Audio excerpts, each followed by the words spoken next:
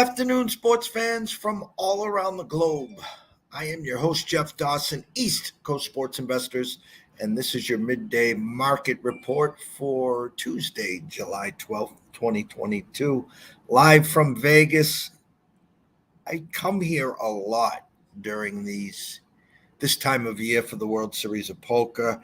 Shout out to Felipe Ramos from Brazil, who I met up a couple days ago, gave me the GG Poker official Team Brazil hat. I couldn't be prouder. I'm not wearing the yellow shirt, though, today, Felipe, maybe later. But it's about $106 out there now. Could get as high as 114. It's hot. And I know it's a dry heat. I get that. But my point is I've been here a lot during this time, and it's the hottest that I've ever entailed there. So ECSI VIPs 0-2 to start the week. Two team totals. Marlins team total over 4.5. DOA. Couple chances. Really no threats to get to that number. Again, Mitch Keller looked like, Cy Young yesterday, one of the worst pitchers in baseball. And, of course, Marlins lay an egg. The second one, a little disappointed. We had the Padres team total 6.5 over. Gets to 6. We get hooked. 3 solo shots.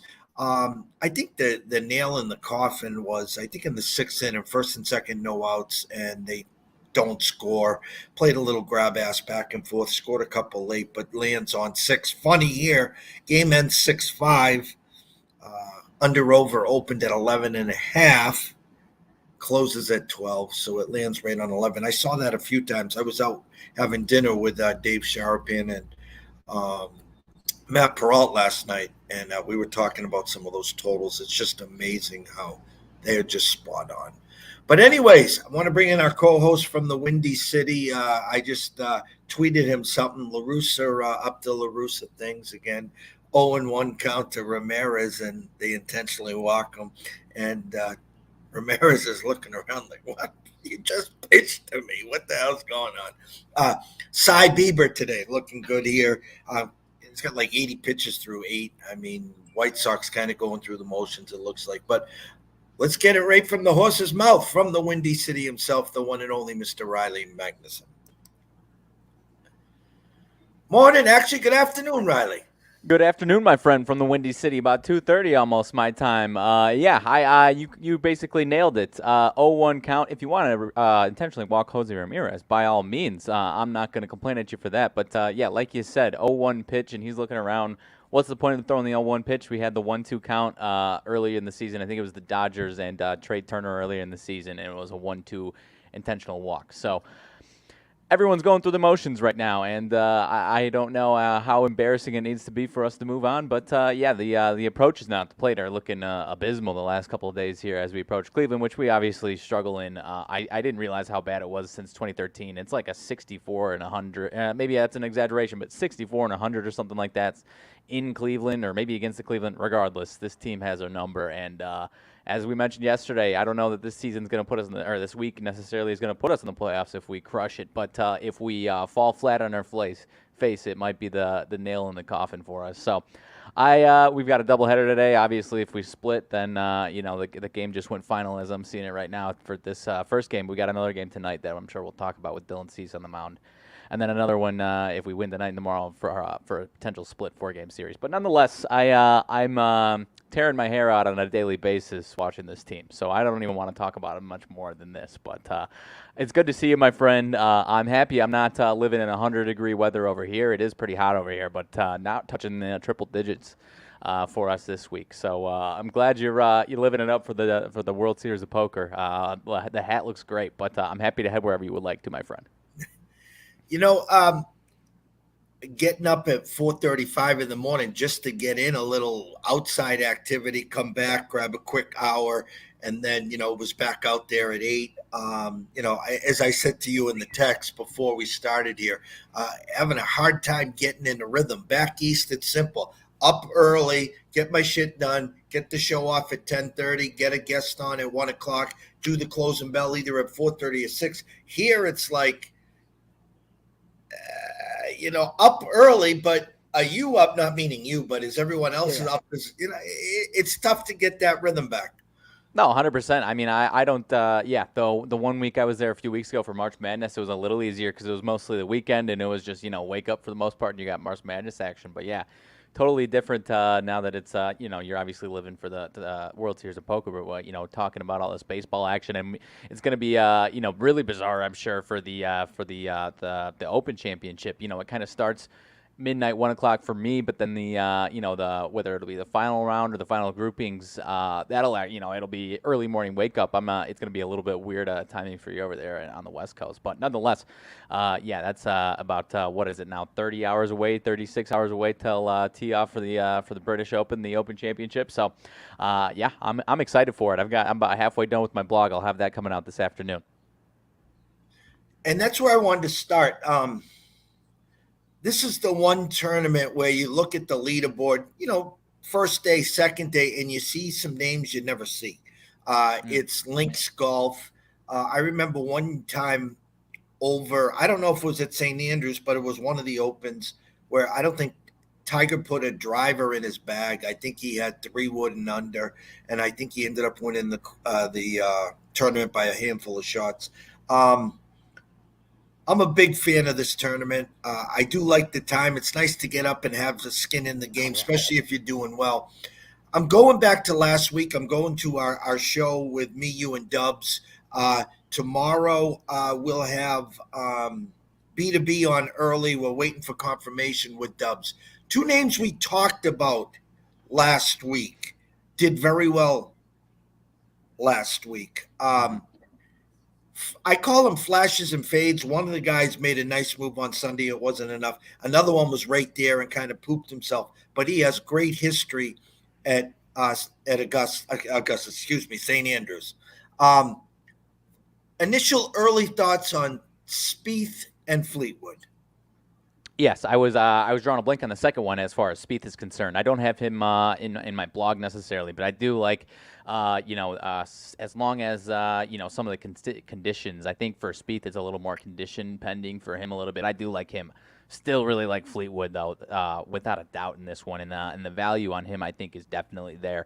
But I mean we talked to Dubs. We posed the question, as much as I think all 3 of us liked him last week, as much as we like him, if you had to choose between last week at the Scottish Open or this week here at St. Andrews, and Dubsy was pretty much all in on taking him this upcoming week. So I'm still right there in line with it. I want to say around 35 to 1 for the outright, even top 20 as far as plus 160. I think there's some value on that. If he has maybe one day where he's not 100% sharp, I think he can still squeeze into that. I'm having a hard time on some of my books finding an extensive list of some matchups in this one on a lot of the books. Seems like some books are being shy about offering up some matchups, as a lot of people are getting into the space and finding that as one of the more valuable spots in these tournaments. The options I've seen so far this weekend are limited. I saw a couple books that are, they have the top 10 odds, and they don't even have top 20. They skip right to top 30 and top 40, which I haven't seen in a while. So these books are being a little tentative as well as what they're offering this weekend, and kind of trying to steer you to some of those bigger, the outright odds, obviously, or the top 5, top 10, or these nationality props. So some of these ones that have been more valuable for a lot of people, they're getting a little tentative on, which is interesting. But the 2 guys, as you mentioned, I definitely think should be in the conversation all week long. With Fleetwood specifically, I'm more worried that there might be one day of kind of a tough, a tough round. So that's kind of where I'm leaning with the top 20. But I've still got plans to have him in my, at least some type of small outright swing this weekend. What I really enjoy, especially in the last couple of years, the growth of golf. I was sitting at home when the pandemic hit on that Friday in March. Seton Hall was playing someone. It was the first game of the Big East, and they pulled the plug. Sports stopped. The world stopped. And now I'm sitting there scrambling. How do I scramble for content? And it enabled us to get outside our comfort zone. We did a lot more NASCAR. I didn't dive into the ping pong. We did a lot of our comeback player of the years. Dove into golf. We had someone here doing our golf, BJ Vanderwood, rest in peace. He had passed away. And so I just grabbed the bulls by the horns, reached out to a couple companies that we work with, and we've had 11 outrights in the last 2 years pre-flop. And we've now started to dive into the top 20s, the head to heads. We've had a couple first round leaders. So the market is expanding. And I also think, though, people are getting a lot more sharper. It's great to hold the winning ticket. Don't Oh get yeah. me wrong. 35, 40 to 1 when you hit the bonanza. I get that part. But there only can be one winner. So people are taking the plus money at the top 20s, the top 30s, the top 40s, especially if you got someone at Amito Pereira a handful of weeks ago. We had to win it 100 and something to 1. Okay. But his top 40 number was plus 175. His top 20 was plus 225. Right. And I think it's. I think people are getting smarter about tournament to tournament of the type of strategy, because earlier in the season, the first January, February, March, when guys are still, the top names are still kind of getting into the form, and you're seeing some guys get hot. I think those top 20s and even top 40s are extremely valuable, and it's tougher to pick off those outright winners, because that's when you got the really random guys having a really nice weekend. But now over the last 2 months, May, June, and July, now that we have these massive tournaments and these massive fields and these guys are rounding into form, the outright winners, there's some value on it. You obviously, you and I have both had some nice outright winners, whether that's pre-flop or on those Sundays, picking off the guys. I mean, I obviously have some outrights this weekend, but I had Scheffler in the Masters and Fitzpatrick the U.S. Open. And that's a fantastic 2 out of 4 majors. I'll be patting myself on the back for that one. So if I get anything this weekend as far as that's concerned, I'm gonna be really pumped about it. So I've been tentative, with these top 20s. There's a couple I like this weekend, but now I think just kind of getting a nice mix of it this weekend. I've got a round 1 matchup that I like, for Thursday or Thursday night, Wednesday evening, whatever you call it for me. But I'm really excited. There should be some, like you said, some randos, or at least for the average person, what they would consider a random person kind of having a really nice day or two. But then I think there's going to be some some of the top 20 players in the world looking really nice this weekend. Yeah, and going through the odds till we get to the MLB, Rory, Rahm, you have the Scheffler, and then you go further down the list. Are you one of these guys that are leaning towards fading Rory hasn't won? What did Dubsy say? Rory hasn't won a major since like 13 or 14, Something and like that. and no one's talking about Rahm. Do you think you'll be? I know you're a big Scheffler fan. Do you think you'll be dabbling up top, or you're just going to sprinkle the fairways, further down? As far as these guys, I think the Fitzpatrick is the highest favorite that I have, as far as an outright that I'm considering in this one. Scheffler, I haven't had too many gambling action on him as far as the value. His value got sucked out of him pretty quickly after the Masters win. As much as I think, if this is another one, if the conditions are nice and the course staying dry, I think Scheffler could have a nice weekend. But I'm not quite sure, how dependable that is going to be, pre-flop in that one. But Rory, I kind of expect Rory to have a nice weekend, but just the value for me on him isn't there, considering what you're talking about as far as he hasn't won in almost a decade in a major. But I do have, that's one of the ones where I do have him in round 1.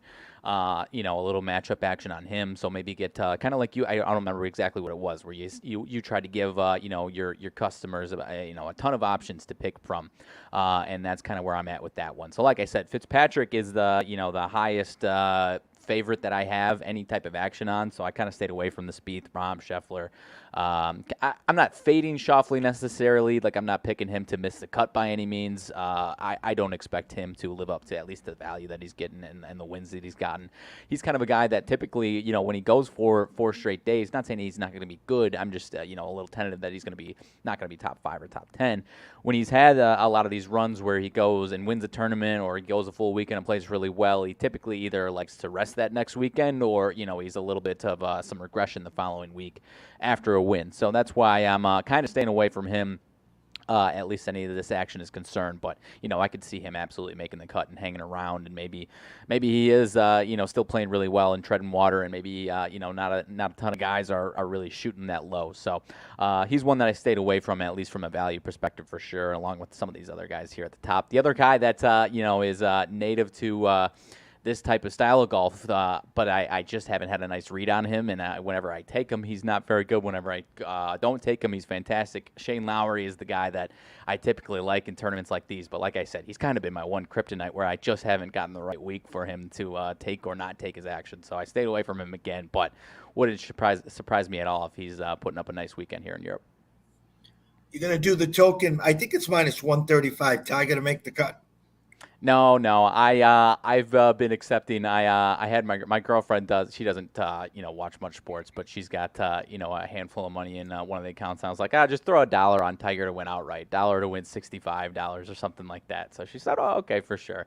But it's just for me the issue is just the value standpoint on it. I think it sounds like Tiger's looking really good, feels really good, but.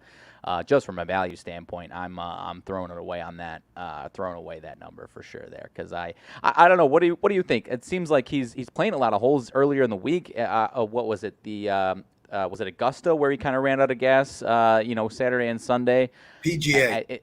The PGA, you're right. Yeah, so it's encouraging that he's playing this many holes earlier in the week, but I'm concerned that he's gonna. Obviously, this doesn't have anything to do with the make or miss the cut. But as far as Saturday and Sunday is concerned, I'm worried that he's because he's playing this many holes now. I'm a little worried that he's gonna run a gas again on Saturday and Sunday as opposed to maybe playing a few here today and tomorrow, and then going full force into Thursday, Friday, and hopefully having enough gas for Saturday and Sunday. But I'm happy to back Tiger as a fan in this one. I'd take as a fan of Tiger, I'd take a win over winning a $20-$40 as far as whatever this action that I've got is concerned. So, I'm hoping for the best for Tiger. I love his comments of what he said about the LIV. I don't know if it was today or yesterday as far as what he said about the LIV.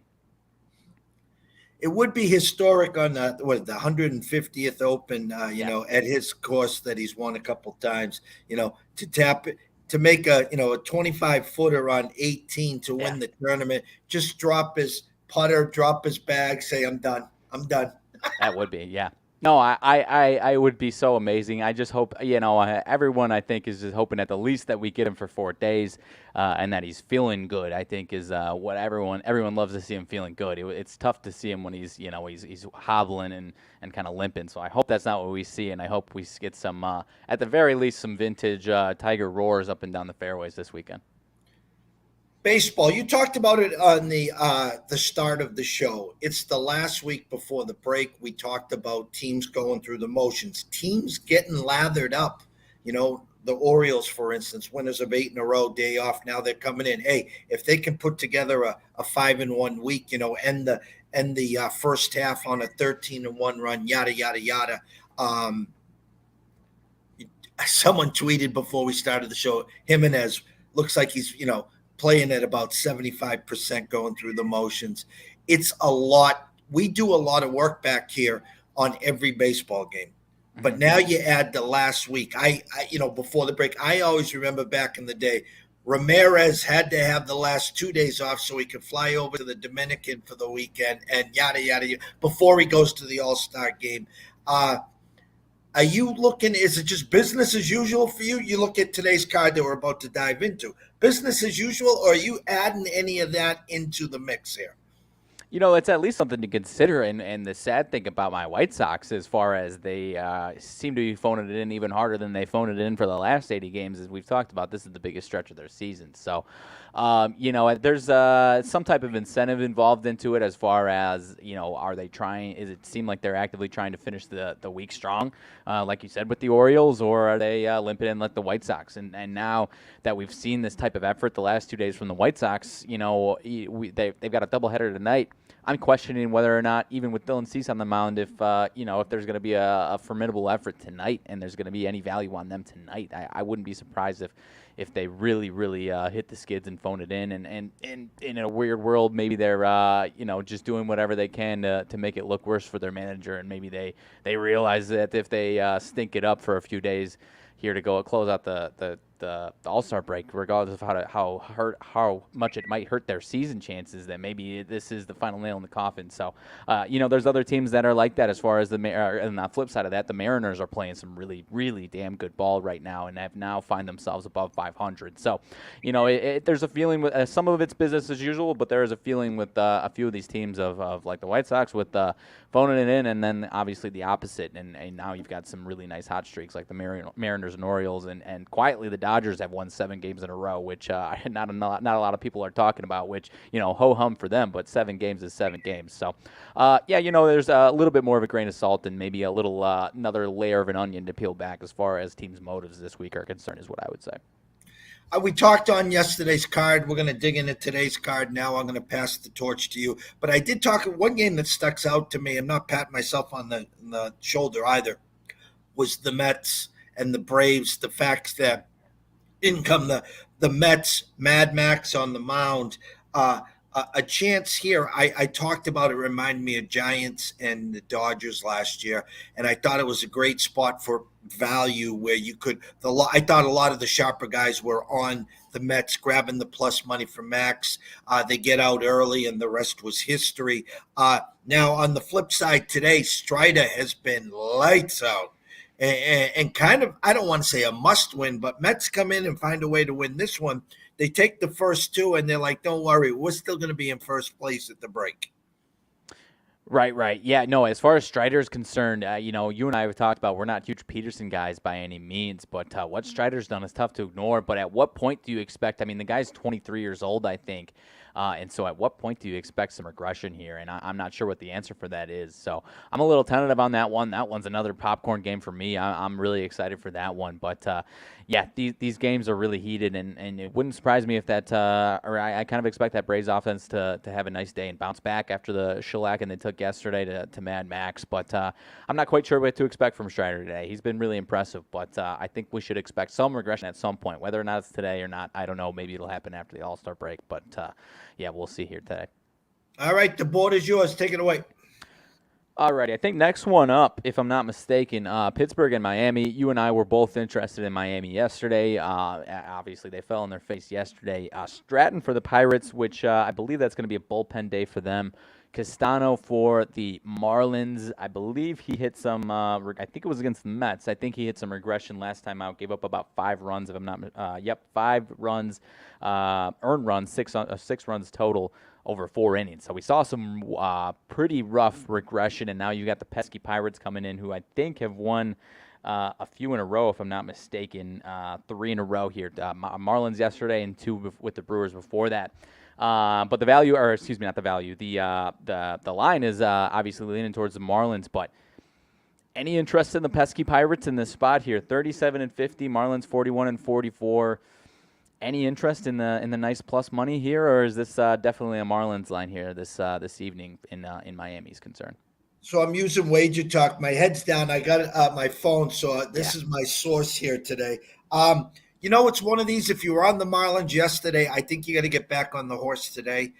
Their team total again is at 4.5. Juiced heavily under over that opened at 8.5. It's down to 8 at circa. An overnight number of 150 now down to 145. I think the sharper money is coming in on the Pirates, though, grabbing the value, as we like to say. I'm going to stay away. I'm going to be really PO'd if, the Marlins put up crooked numbers early and they get to that 5 spot. But I think the Marlins bounce back, but I'm not paying the tax. No, I think I'm with you. It's kind of those situations where it seems like Castano, I don't think deserves that type of respect, but that kind of tells you something. But like you said, then those Pirates are pretty damn pesky. So just when you go against them, that's when they bite you in the ass. So next one up, Yanks and Reds. Reds at the Yankees. Ashcraft and Garrett Cole. Garrett Cole, obviously, I think the Yankees won the game, but Garrett Cole gave 5 runs up, just about all of them to Rafael Devers.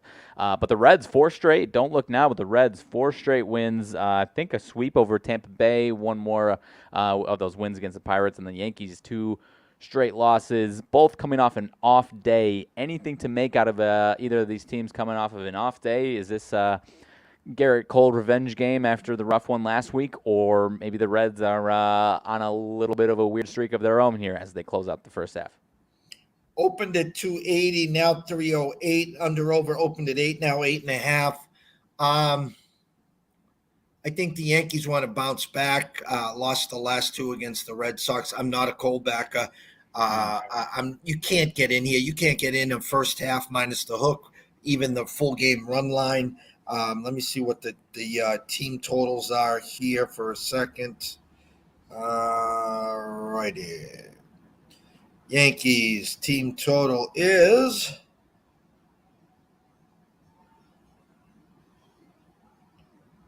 5.5 flat and 2.5 over for the Reds. The Yankees, every game's 5.5. It really Yeah. is. It's funny, and they'll sit there with 4 and 5, 5. Then they'll put up their 6, 8, 10s. Will they get the ninth inning? I don't know. I definitely listen. They're a train. They're a freight train. They've lost a couple in a row. Back home, Ashcraft has shown some flashes. Popcorn game. I'm rooting for the Reds. How's that? No, yeah, absolutely. As am I. I mean, as good as Garrett Cole is, the value on the prices are certainly don't really reflect the value of what he's been this year. He's obviously an all-star pitcher, but those numbers typically are a little inflated. So I'm with you on staying out of that one. Mariners and Nats. We just talked about the Mariners as far as one of these hot teams as we close out the first half of the season. They are in Washington tonight. Flexen and Gray. 8 straight for the Mariners, 4 straight losses for the Nationals, yet we find ourselves right around minus 110 both ways here. Is this a big fat stinking trap? Are we going to see some regression from Chris Flexen? I don't really see how this is anything else. Am I wrong in this assumption here? Your eyes are spot on. I mean, come on now. I mean, this is apples and oranges, and not a big Flexen fan. Gray's been okay. Number smells to high heaven. It's Nats or anything. Nats or nothing, actually. And I'm going to stay away. I'm not going to. Hey, listen, if Seattle comes in, that they set these numbers for guys like us to sit there and saying, there's no way in hell Seattle should be minus 1. Right. No. Right. And that's the ones in baseball are sometimes harder to pick off than some of the other sports because you just don't know. Anything can happen. But Josiah Gray, I mean, he's been nails at times. He's been a couple starts ago, gives up 10 hits, 6 runs, and so but we have a total here. What is it, 9.5? So one of these guys is getting shelled tonight, or at least they're like you said, they're throwing these numbers at guys like us to overthink it. So. I'm going Nats or nothing in this one, but it is a little. I mean, Flexen had a nice streak throughout the middle of the season where, and I think he was good last time out to where he was pitching above expectation. I'm not saying we see that again, but it's at least enough to scare me off a little bit here. So moving on to go ahead. Seattle 4.5 over minus 125. Nats 4.5 under minus 120, and the total's at 9. So, I kind of, you can get Nats over 4.5 even money. I like that play. Okay. No, I'm with you on that one as well. Maybe any interest? Would you feel better about a full game as far as the 4.5, or maybe if I can find what about the first 5? If Nationals over 2.5 at plus 100 on DraftKings, which would you prefer? I'll take the full game just in case they're losing in the 9th. Fair enough. No, I like it. But since you turned me on to these first 5 totals on DraftKings, not every book has them. I'm at least curious every single time. And, the reason you turned me on last week, I do believe the man is in the building tonight for the Arizona Diamondbacks. We'll get there in a second, though. Game 2, though, White Sox and Cleveland. Interested in the Game 1, Game 2 strategy with Cease on the mound where the White Sox bounce back, or is this team like I was saying, just they just don't enjoy playing with each other right now? There's chemistry issues, there's effort issues. I don't know how to be optimistic about this team right now aside from the talent that's on paper. Any insights on this Game 2 here? Your team total's 4.5 over. The other one is 3.5 over. I think you're going to get a real test here, meaning, first of all, which Cease is going to show up? Mm-hmm.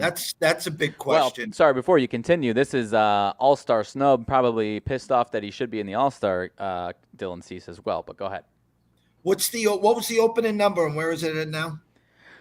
This one, it is White Sox minus 165. I'm trying to find the opening.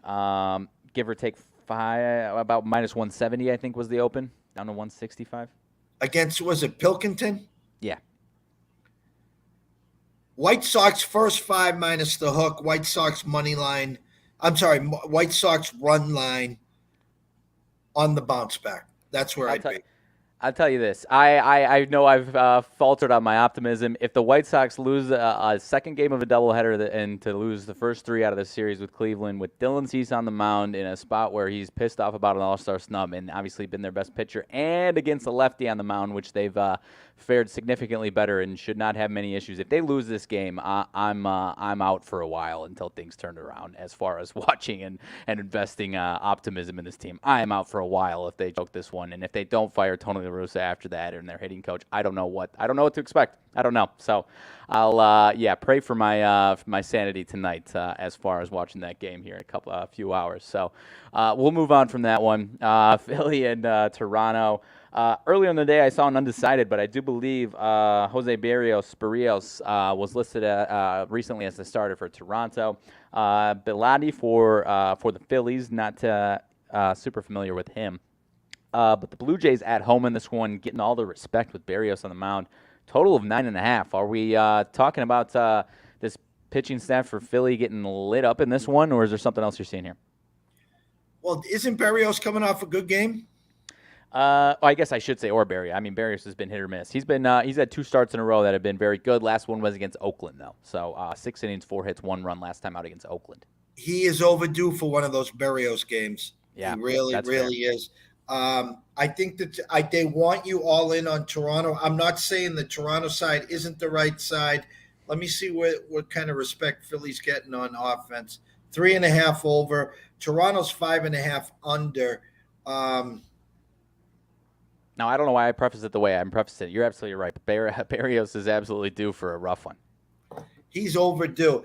I think he gets up and over. I'm going to go with the Barrios bad game. I think the total goes over. I don't like playing plus minus prices on team totals anymore. I think you might be able to sneak in a plus money, plus 115, 120 on Toronto, team total over 5 and a hook as well. Okay. No, I like it. And I have to imagine if you absolutely are dying for Toronto, I mean, it wouldn't shock me if this is, and I'm not, kind of what we're saying, maybe stay away from Toronto altogether, but if you're dying for Toronto, it wouldn't shock me if they go down 1-2 runs in the early parts of this game, and if you're still dying to take them, then wait, and you could probably get them at plus money, so as opposed to eating, the price on this one, a 190 or even the run line. So not advising that, but if that's, if you're hell-bent on taking Toronto, that's what I would do in that one. I agree. Going into this next one, though, interested in your thoughts. This one kind of blindsided me.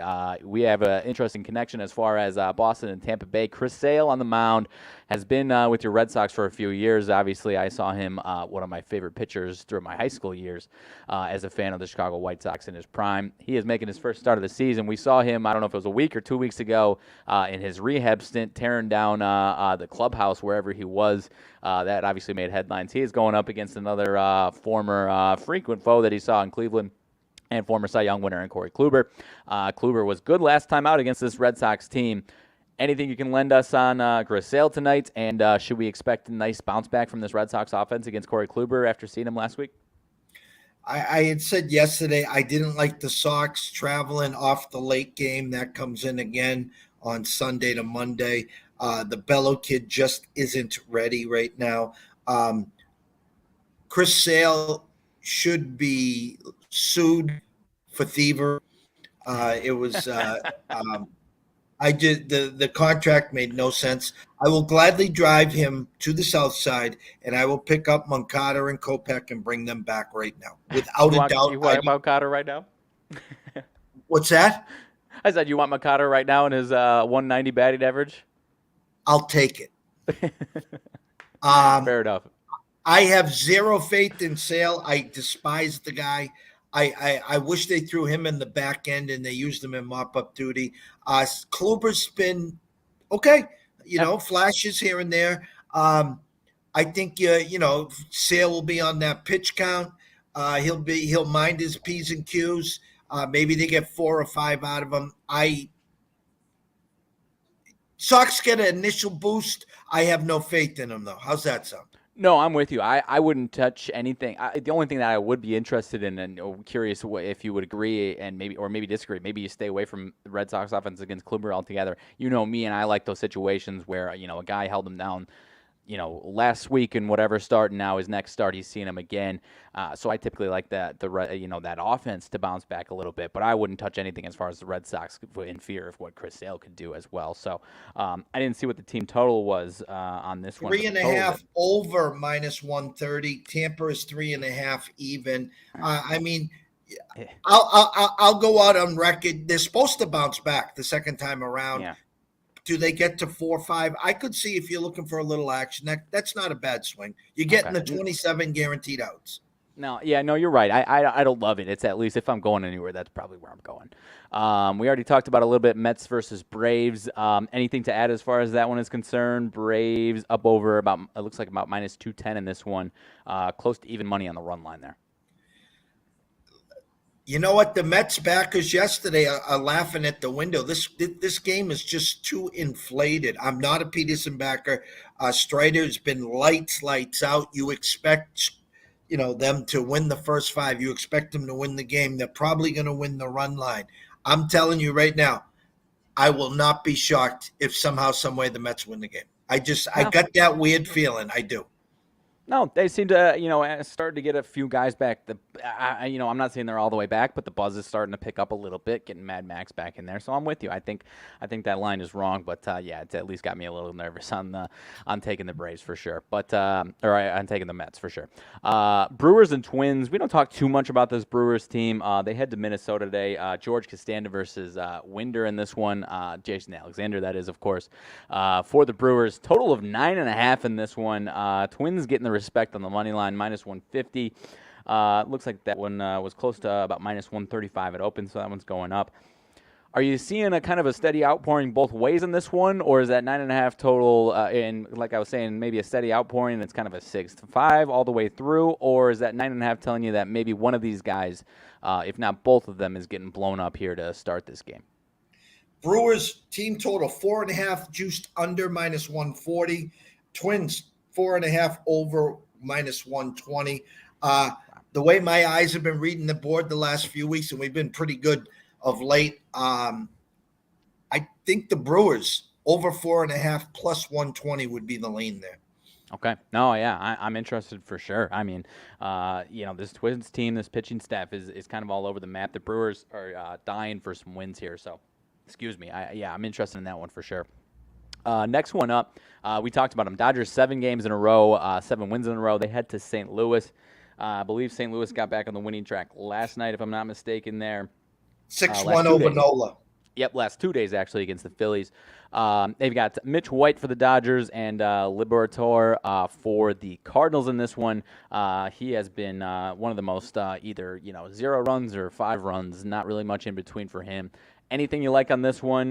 Dodgers about -160. Typically see a little bit higher against a guy like Liberatore. Is that enough to have you interested in the Cardinals, or is that a spot where maybe you're interested in run line on the Dodgers on the road here at close to even money?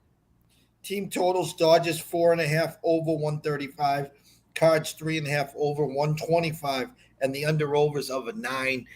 Someone's getting a 5. Someone's staying under their total. I'm not a Liberatore fan. I watched him a few times. Too many balls put in play for me. I think you'll get to see a lot of Dodger money, full game run line there. White has been good. He's been serviceable. Cards have won a couple in a row. All of a sudden, they have woken up. I'm going to stay away. It's a popcorn game. I'm rooting for the Cards. Maybe they can win 3 in a row, put a handful back together to get ready after the All-Star break. Yeah, it's a shame they're running into the Dodgers because that might be a team after getting those 2 wins yesterday and hopefully climbing out of the slump that they were. This could be a team that I would say maybe is poised for that last week stretch now to finish out the week the way they're playing. But running the Dodgers is obviously enough to keep me away from it in that 7-game win streak. So another team on a win streak. Actually, the underdogs in this one, Baltimore in the Windy City on the north side. Jordan Lyles and Adrian Sampson for the Cubs. Are you backing the Orioles as the underdogs against a team that's 9 games under their win total in the Cubs, or you like the Cubs in this one? This one obviously is going to have some people's heads spinning as far as the public is concerned. Are you blindly backing the Orioles and riding the wave, or is this the end of the road here with Lyles on the mound? If you didn't invite me to the wedding, don't expect me at the funeral. Yeah. I'm rooting for him. I think the buck stops here. I won't be a part of it. Baltimore 4.5 under -135. You can get them +115 to score 5 or more. The pesky Orioles, the great story. I'd love to see them sweep the whole week. Go to the All-Star break winners of 14 in a row. I think that'd be a great story. If you've been riding the Orioles, guys, keep riding them. God bless you. Yeah. Keep riding them. If you want to jump in tonight, you haven't been riding them, it's the wrong move. That's just what I think. It'd be interesting if you were throwing out Kyle Hendricks in this line. I'd be like, okay, that makes sense. Hendricks, maybe this is a good Hendricks start. But that line with Adrian Sampson on the mound, I'm sure a lot of people have never heard of this man, and he's, spent a lot. He only had a handful of starts, so I have to imagine people are going to be going full send into the Orioles tonight.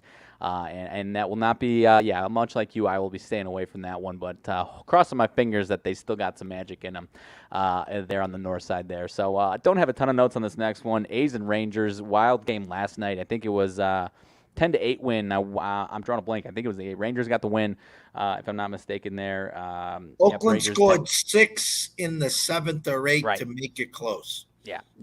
That's right. Yep. And now we've got Caprillion and Otto. Caprillion has obviously kind of been all over the place. Same thing with Otto. Caprillion much better the last few though. He's on the upward trend here. Any interest in continuing that, or is maybe the downward roller coaster coming back for him coming soon here? He was our punching bag for a while, and he's actually been pretty good of late. I was surprised to see the opening number. Texas bats are rolling. Oakland really was anemic until that one big inning. We should see some Caprillion regression. I can't pay the tax with Otto, that's all. No, right. And the 8.5 kind of, it's kind of right in the middle where if it was 9.5, maybe you would expect somebody to get blown up, but we're not quite there yet. So, yeah, this one, I could see this being kind of in that 5-4 range one way or another. I've got no thoughts on this one. Detroit and Kansas City, the Tigers 4 straight losses, Royals 3 straight W's. Brieske and Bubic on the mound. Brieske dominated the White Sox while I was in attendance last week. And Bubic on the mound for the Royals. 3 straight wins, like I said. Is this a team that has got some fire coming into the last week? Are you interested in the Royals at all to make another kind of, obviously not get back in their 18 games under 500, but to at least, finish with some pride in this first half? Or is that just a kind of a flash in the pan 3 games there? I had your White Sox team total against Bo, and I'm like, what am I watching here? That was the game I was at, the 2-1. Yeah, I was the first hand. It was ugly. Regression. Yeah. For the Royals, you mean? No, for Bo. Oh, for Bo. Oh, for sure. Okay, so you're liking the Royals to beat up Bo a little bit today. Okay, 100%. 100% on that one. 8.5 on the total. I don't know that it's going over 8.5. I could see the Royals, kind of taking it to the Tigers, and the Tigers looking a little anemic there. They kind of seem like a team with 4 straight losses, and I think 3 runs yesterday was the most out of that 4-game stretch. They could be a team limping into the All-Star break here. So, Padres and Rockies line kind of all over the place a little bit today, about -142 tonight. Clevenger and Gomber yesterday was -150 for the Padres. I'm drawing a blank on who the Rockies had on the mound, but regardless, 6-5 game yesterday, pretty exciting one. Rockies put up a fight in the last late stages of that one as well. Any interest in the home team Rockies in this one? Still a winning baseball team at home. Not the same split that they had last year, obviously, to where they were a money machine at home by any means. Not quite the same this year. I think they're 23-22. Any interest in the home team Rockies today, or is this a Padres night once again here tonight? 5.5 over -140, 4.5 over -145. Will not pay the tax on either of them. Under over of 11 last night. Opened at 11.5, closed at 12, lands at 6-5. I'm not a Gomber fan. I lean Padres, maybe run line. But I'm not. I'm going to stay away. I'm not a totals guy, guys. Yeah.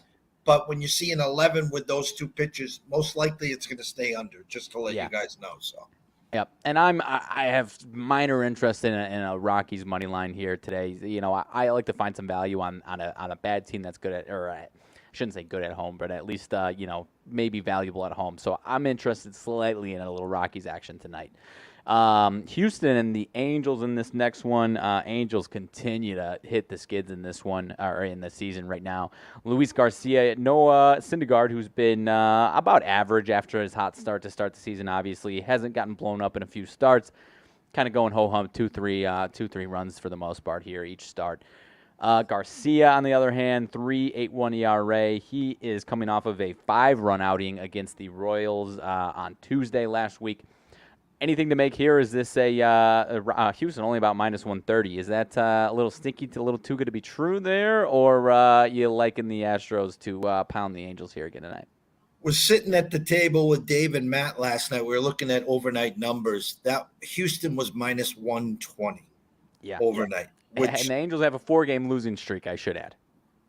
I mean, I know Noah is a lightning rod, but come on, guys. You know, and the public has pushed it to 130, like that National Seattle game. I think if you played the Nats and got them at plus money or even, and played the Angels and got them at plus money, I think at worst you're going to split and you're going to make a couple cents. Okay. How about I'll throw my you can tell me I'm stupid if you want to, but how about a little Rockies I missed out on the Nationals plus money. How about a little Rockies and Angels plus money each way? Or not together, but one of those two. How do you feel about that? I can see it. I can definitely see it. Okay, I like it. And then finally, I think we got one more here. The final event of the evening, Arizona and San Francisco, Mr. Dallas Keuchel and Logan Webb. I have been on the train. Didn't get as much. You helped me out and turned me on to the first 5 over 2.5. Last week I had that and the full game. The full game didn't get there. He gave up 3 last week. But plenty of contact to a Rockies team. Now there's a Giants team all over the place offensively for sure. So that's kind of giving me a little more tentative, but obviously the respect on the money line going all the way to the Giants, minus 222. Over under only of 8 in this one.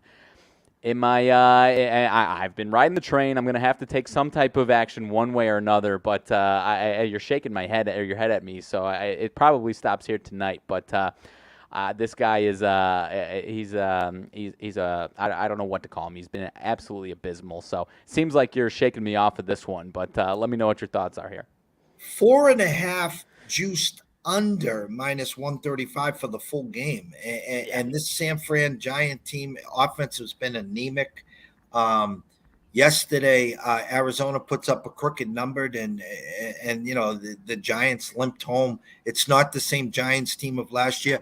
I'll tell you this: if you look at your book right now and are getting over 2.5 plus money, first 5, I would say take it.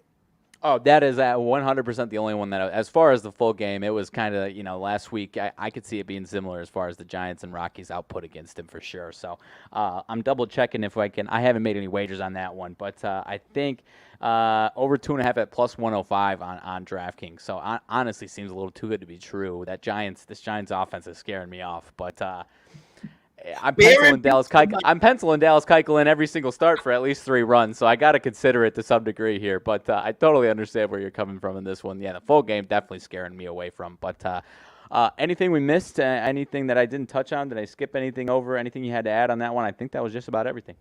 No, it's a full card. Again, people tread lightly in regards to last week before the break, and that's the hardest thing here. Some of these guys have already checked out. They're not at the All-Star game. They don't have to report till Wednesday. It'll be dark on Wednesday. Monday's the home run derby. Tuesday is the All-Star game. Wednesday, dark. Thursday, I think there's 3 or 4 games. Friday will go to the full slate. So you're getting guys that got snubbed from the All-Star game that are pissed off. And they're like, well, they're going to shut this thing down. Hey, coach, can you make sure I'm not in the lineup on Sunday? We got an early game on Saturday, and I got to be in Aruba Saturday night. So, so teams trending down probably will stay down. Teams trending up will probably stay up. And again, if you haven't been on these teams, don't jump in now in the middle of a streak, winning or losing streak. Right. 100%. Just close it up. 6 games on that Thursday. Two of them are two of the sets are doubleheaders. So Yankees and Houston played 2, Tigers and A's played 2, and then there's Giants and Dodgers start a series, and then Texas and Miami. So 6 games in that day, a couple doubleheaders there on that Thursday to kick things back off. All right. Tomorrow, 8 o'clock my time, 11 o'clock Eastern. Rob from Beating the Book B2B will be on. We're going to talk the Open.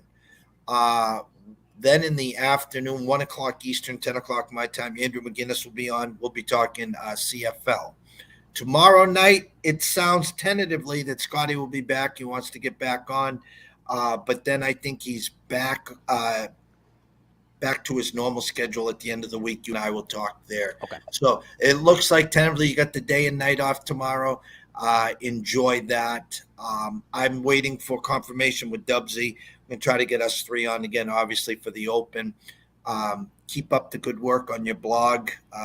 We got some time before tee off to go over all your stuff there. So any closing thoughts, sir?